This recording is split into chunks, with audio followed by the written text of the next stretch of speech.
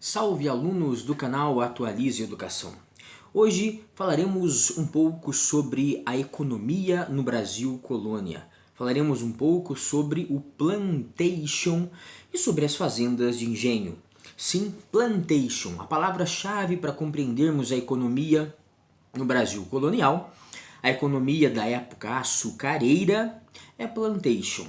E o plantation se divide, ou melhor, é formado por quatro elementos. Quatro elementos formam o plantation. Quais são eles? Monocultura, latifúndio, mão de obra escrava e exportação. Vamos ao primeiro elemento, monocultura. Mono significa cultura significa produção.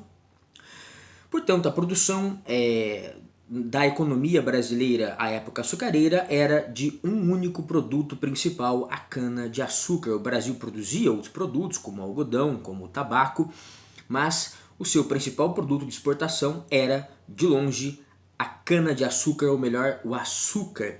A cana que produzia, como já disse, essa especiaria, esse produto especial, raro, tão procurado na Europa da época, o açúcar, esse tempero que fornecia grandes lucros para os seus produtores e comerciantes nos séculos XVI, XVII, XVIII e XIX. Portugal não só optou pela monocultura da cana porque era um produto lucrativo, mas também porque era um produto que já era cultivado pelos portugueses nas ilhas Madeira, Açores, entre outras. Os portugueses já tinham, portanto, uma experiência considerável na produção do açúcar, no cultivo da cana. Além disso, a mão de obra utilizada para o plantio, para a colheita da cana e para a transformação dessa matéria-prima em açúcar, a mão de obra para se fazer isso não precisa ser qualificada. Qualquer pessoa poderia realizar esse processo sem grande instrução, sem grande preparo. Mão de obra simples, lucro garantido, experiência portuguesa nas ilhas de Açores, Madeira e outras. Enfim, tudo isso colaborou para a escolha desse produto na monocultura da economia colonial do Brasil nos séculos XVI, XVII, XVIII, até chegar o café no século XIX. Bom, o latifúndio, aliás, sobre a cana, fica mais uma explicação para a escolha desse produto. O clima nosso tropical, um clima que une a umidade ao calor, excelente para o cultivo da cana-de-açúcar. Clima tropical, mão de obra simples para se fazer esse trabalho, experiência de Portugal. Portugal já sabia como plantar cana e produzir açúcar, e também o lucro garantido dessa especiaria, desse tempero tão procurado pelos europeus e pelo mundo nesses séculos XVI, XVII, XVIII, XIX, enfim. Ainda hoje, muito procurado ainda hoje, porque a indústria, 80% do açúcar produzido no mundo vai para a indústria de refrigerantes, de bolachas, de doces, de guloseimas de modo geral. O açúcar ainda faz parte. O açúcar na modernidade é o grande tempero, é a grande especiaria. E se discute hoje se as empresas devem estipular a quantidade de açúcar nos rótulos dos seus produtos, né? É uma decisão, é uma discussão polêmica. As empresas devem colocar isso ou não. Por exemplo, os refrigerantes devem colocar nos seus rótulos quantos gramas de açúcar existe em cada lata, em cada embalagem, ou não é obrigação da empresa fazer isso. Latifúndio é o segundo elemento do plantation. O latifúndio é uma grande extensão de terra. E aí precisamos entender algumas leis. Em 1530, a coroa portuguesa, o rei de Portugal, criou a Lei das Capitanias Hereditárias. 1530, Lei das Capitanias Hereditárias, que dividiu o Brasil em 15 faixas de terra doadas a 12 famílias de nobres, a 12 nobres. Por que isso? O rei de Portugal terceirizou o plantio da cana-de-açúcar. Então, repartiu o Brasil, dividiu o Brasil em grandes latifúndios, em grandes faixas de terra, e doou essas faixas de terra a nobres poderosos. Esses nobres poderosos tinham condições de montar os engenhos, de comprar as peças para a montagem dos engenhos, de comprar os escravos, que eram instrumentos de trabalho, os animais, os rebanhos, enfim. esses nobres tinham grana, tinham poder financeiro para fazer a produção de cana-de-açúcar no Brasil acontecer. Por isso, essa lei das capitanias foi fundamental para a produção do açúcar, colocou as terras brasileiras nas mãos de ricos nobres que poderiam fazer a produção movimentar. Além disso, temos a lei das sesmarias, uma lei um pouco mais antiga, uma lei de 1375, criada pelo rei português Dom Fernando, o último rei da família de Borgonha. Essa lei de 1375 permitia à coroa portuguesa, ao rei de Portugal, dar um pedaço de terra, um latifúndio, uma sesmaria, lei das sesmarias, portanto, a um nobre. Esse nobre tinha a obrigação de povoar aquela terra, plantar, colher, produzir, lucrar e pagar impostos. Se em 5 anos ele não fizesse isso, não fizesse a terra ser povoada e produtiva, a terra poderia ser tomada pela coroa, o que não era feito porque não havia fiscalização suficiente.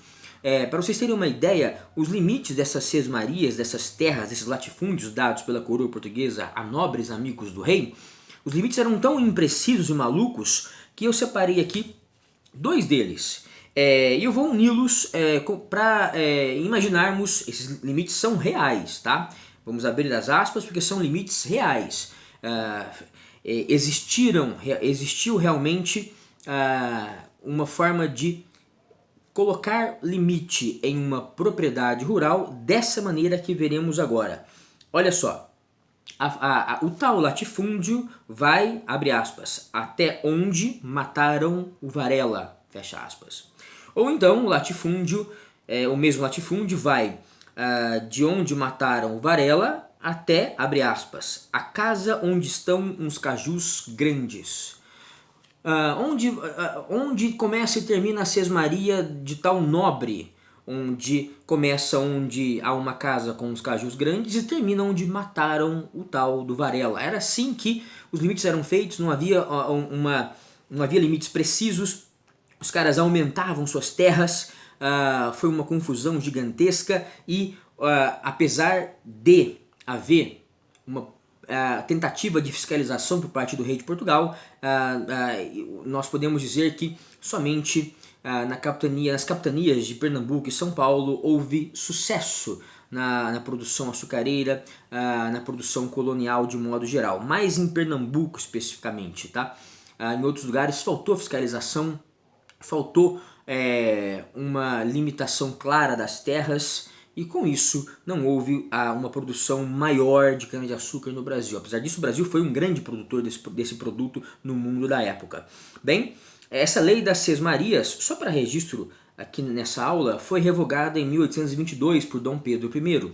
Ela foi revogada, deixou de existir. E em 1850, no lugar dela, Dom Pedro II fez a Lei de Terras, que dizia: agora a coroa, o rei de Portugal, o rei do Brasil, né, agora era o rei do Brasil, não irá mais doar terra, irá vender. O preço será bem caro, bem salgado. Isso porque os escravos, em 1850, estavam prestes a ser libertados. A Inglaterra já pressionava o Brasil para libertar os escravos. Então, o rei do Brasil não queria que os escravos, os ricos do Brasil não queriam que os escravos pudessem ganhar terras do governo, então colocaram a lei de terras. O sujeito deveria comprar a sua pedaço de terra a um preço caro, o que não permitiu aos negros terem direito à propriedade da terra. Até hoje é assim. Bem, lei das sesmarias, lei das capitanias hereditárias. Além do latifúndio e da monocultura, havia o escravismo. A base da mão de obra no Brasil era o escravo. Para vocês terem uma ideia, foram realizadas mais de 9.200 viagens de navios negreiros da África para o Brasil. Mais de 9.200 viagens, que trouxeram mais de 4.900.000 escravos para o Brasil. Repito, mais de 4.900.000 escravos trazidos para o Brasil da África em mais de 9.200 viagens pelo Oceano Atlântico. Olha a comparação com outro. O Brasil foi o país que mais recebeu escravos negros no mundo. 4,9 milhões. Os Estados Unidos receberam 389 mil apenas, né? É uma grande quantidade, claro, mas em comparação com o Brasil, enfim, é uma pequeníssima quantidade. 389 mil nos Estados Unidos e quase 5 milhões no Brasil. E aí eu trago aqui um dado do censo de 1872, da contagem do censo da nossa população, realizado em 1872 por Dom Pedro II. Olhem só, o Brasil tinha 10 milhões de habitantes, 1,5 milhão ainda eram escravos em 1872, apesar da Lei Eusébio de Queiroz de 1850 ter proibido o tráfico de negros, a compra de negros, apesar nesse ano, em 1872, ser promulgada a lei do ventre livre, aquele negro que nascesse a partir daquele ano seria livre. Apesar disso, o Brasil ainda tinha 15% de escravos. Eles foram muito mais em outras épocas, antes do censo de 1872. A prova disso é que 58%, arredondemos, 60% da população brasileira, precisamente 58%, se diziam negros ou pardos, esmagadora maioria, 60%. O Brasil é o país com mais negros fora da África no mundo. 38% se diziam brancos, apenas 38%, e já em 1872, 3,8% se diziam imigrantes. Imigrantes que vinham de Portugal, da Alemanha, da Itália, da África, da França, repetindo, Itália, Alemanha, França, África e Portugal principalmente. Havia ainda 4% de índios. Esse censo nos mostra o quê? O extermínio que houve dos índios, representavam 4% da nossa população, o número inferior de brancos, 38% em relação ao de negros, 58%, negros e pardos, negros e mestiços. Já um início de uma política de embranquecimento, branqueamento do Brasil, trazendo imigrantes, já começando a libertar os negros sem dar nenhuma assistência, sem dar casa, sem dar terra. O governo brasileiro esperava que os negros morressem de fome, morressem na criminalidade, morressem na marginalidade. Morrendo na marginalidade, os negros, ou saindo do Brasil por conta da miséria, os negros não permitiriam que o Brasil continuasse um país de maioria negra e parda. Essa era a intenção do nosso governo na época. Por isso, deixou os negros na miséria e começou a trazer imigrantes nessa política de branqueamento. Então esse censo nos mostra isso daí e, repito, nos afirma a grande presença da mão de obra escrava ainda naquela época. Bem, continuando aqui a nossa análise, chegamos à exportação. O Brasil exportava a cana-de-açúcar, o açúcar apenas para Portugal. E os comerciantes portugueses distribuíam esse produto para outros países do mundo, para outros países europeus. Dentro do Pacto Colonial, o Brasil comprava, por exemplo, as peças de engenho, comprava produtos industrializados, manufaturados, por exemplo, roupas, maquinários de modo geral. Produtos manufaturados, industrializados, eram comprados de Portugal a um preço alto. E o Brasil exportava matéria-prima, tabaco, algodão e principalmente açúcar só para Portugal. Comprava produtos industrializados só de Portugal e vendia só para Portugal no Pacto Colonial. E como era a estrutura da fazenda de engenho? Faltou um detalhe aqui sobre, me perdoem, sobre o escravismo, um detalhe interessante. Daquelas mais de 9.200 viagens de navios negreiros para o Brasil, quem eram os países donos dos navios negreiros? Em primeiríssimo lugar, a Inglaterra. Ela que tanto pressionou o Brasil a partir de 1850 a libertar os escravos, a Inglaterra, foi o país que mais lucrou com a venda de escravos. Em segundo lugar, Portugal e Brasil, traficantes de Portugal e Brasil. Em terceiro, traficantes da França, depois traficantes dos Estados Unidos, depois traficantes da Espanha e Uruguai em quinto lugar. Em sexto lugar, traficantes da Holanda. Em sétimo lugar, traficantes da Dinamarca. Foram os campeões do tráfico negreiro, do tráfico humano na modernidade. Trazendo negros que vieram trabalhar, por exemplo, na América do Sul, no Brasil, produzindo cana-de-açúcar, produzindo açúcar. Isso nos mostra mais uma observação sobre esse tráfico negreiro, que era muito importante para a nossa economia, para a economia tanto do Brasil e de Portugal, quanto de muitas sociedades africanas. Afinal de contas, muitas elites da África, muitos grupos de ricos nos reinos africanos, capturavam escravos, de outras tribos, ou então faziam membros das suas próprias tribos de escravos, como um rei de uma tribo, de um reino qualquer da África, fazia dos seus súditos, do seu povo, escravos. Ele impunha leis que diziam: se você não pagar o seu imposto, você vira escravo. Se você não obedecer às leis, você vai ser condenado e se tornar escravo. Portanto, os próprios negros, muitas vezes, as próprias elites negras, muitas vezes, faziam escravos por meio da cobrança de impostos, por meio da condenação por crimes e por meio de guerras com outras tribos, e trocavam esses escravos por produtos industrializados da Europa, por exemplo, de Portugal, dos Estados Unidos, da Holanda, da Dinamarca, desses países que eu falei que eram donos desses navios negreiros que vinham para o Brasil e para o resto da América. Ou seja, quem capturava em grande parte, em boa parte, os negros na África eram os próprios africanos, tá?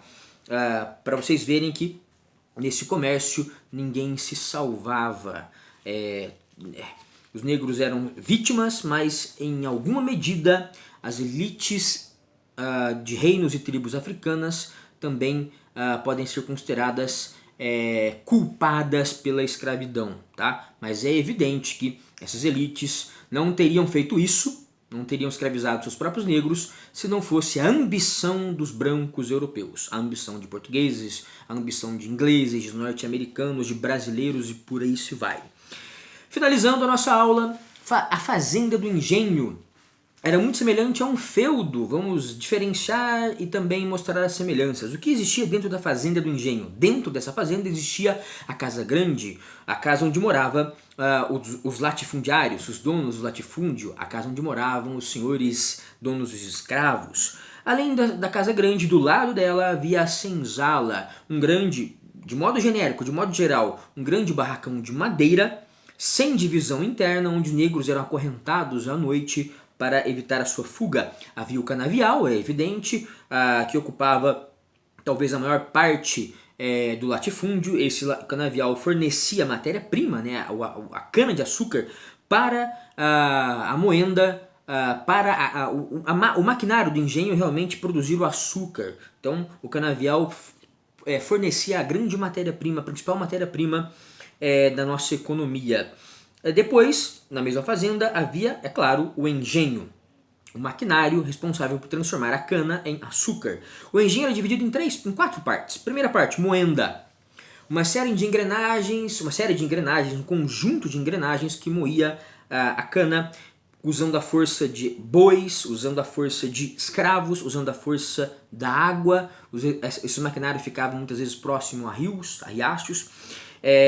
Essa moenda transformava a cana em caldo de cana, em suco de cana. Esse suco de cana, esse caldo da cana, essa garapa, ia para a segunda parte do engenho, o doce inferno, ou casa das fornalhas. Na casa das fornalhas, ou doce inferno, a cana era fervida, a garapa era fervida e transformada em melaço. Depois, esse melaço ia para a casa de purgar, um espaço onde havia formas de barro com furos embaixo. Esses furos drenavam o caldo mais limpo e esse caldo mais limpo, ou melhor, esses furos drenavam, eu posso estar enganado nessa parte da explicação, esses furos embaixo das formas de barro drenavam, retiravam as impurezas, e o que sobrava na forma era o melaço puro. Esse melaço puro, depois de algumas semanas, depois de alguns dias, era enviado para sair dessa casa de purgar quer dizer purificar, e ia para o espaço da secagem, onde, além de seco, esse açúcar, essa barra de açúcar era embalada, essa barra era seca, embalada e, enfim, transportada por meio de bois, por meio de burros, cavalos, enfim, até os portos brasileiros. Havia capela onde se realizavam missas, batismos, batismos, casamentos. Os escravos eram obrigados a frequentar as missas pelo senhor de engenho. Havia as plantações de subsistência, ou seja, hortas com legumes e verduras, pomares com frutas, plantações de milho, arroz, feijão, mandioca. E essas plantações eram cultivadas por trabalhadores livres, geralmente. Geralmente os escravos eram colocados na cana e os trabalhadores livres, os brancos livres, ficavam na produção desses produtos que eram para o consumo próprio da fazenda, não eram vendidos, eram consumidos ali dentro da fazenda mesmo. Por exemplo, o milho era transformado em fubá, e o fubá era talvez o principal elemento da alimentação dos negros nos engenhos, tá? Enfim, a capela, plantações de subsistência, havia também os espaços para pecuária, ou seja, pastagens para rebanhos de bois, cavalos que eram usados no transporte. Havia pastagens para vacas, havia criações de porcos, enfim, animais que forneciam transporte e também carne para quem morava ali dentro da fazenda do engenho. Havia o rio, que fornecia água para os animais, para os seres humanos, que fornecia força muitas vezes para o engenho, e água para a irrigação dos canaviais, das hortas, pomares e por aí se vai. Havia o bosque, de onde se retirava a madeira. Havia também as casas dos trabalhadores, habitações simples, onde moravam pessoas brancas e livres e também pobres que trabalhavam ali dentro, como capitães do mato, capatazes, camponeses, enfim. Em síntese, esse era a estrutura dentro da fazenda do engenho, muito semelhante a um feudo, porque era uma fazenda autossuficiente. Ali se nascia, ali se crescia, ali se morria, ali havia capela, havia pomar, havia bosque, havia plantações de subsistência, enfim, ali havia quase de tudo para a sobrevivência da própria fazenda de engenho, muito semelhante ao feudo. A diferença é que não nos permite dizer que o Brasil era um país feudal. A diferença é a seguinte: nós produzíamos um produto para venda, para exportação, que era o açúcar. Então isso não é feudalismo, isso é capitalismo. Bem, essa então foi uma aula sobre a estrutura da fazenda do engenho, sobre o plantation. Vocês viram como era montado o engenho, um engenho como era montado uma fazenda de engenho, uma fazenda autossuficiente, mas não era uma fazenda feudal e sim capitalista, porque produzia açúcar para exportação. Viram um pouco sobre o plantation, baseado na monocultura, latifúndio, escravismo e exportação. Muito obrigado pela sua atenção, fiquem com Deus, até o próximo vídeo.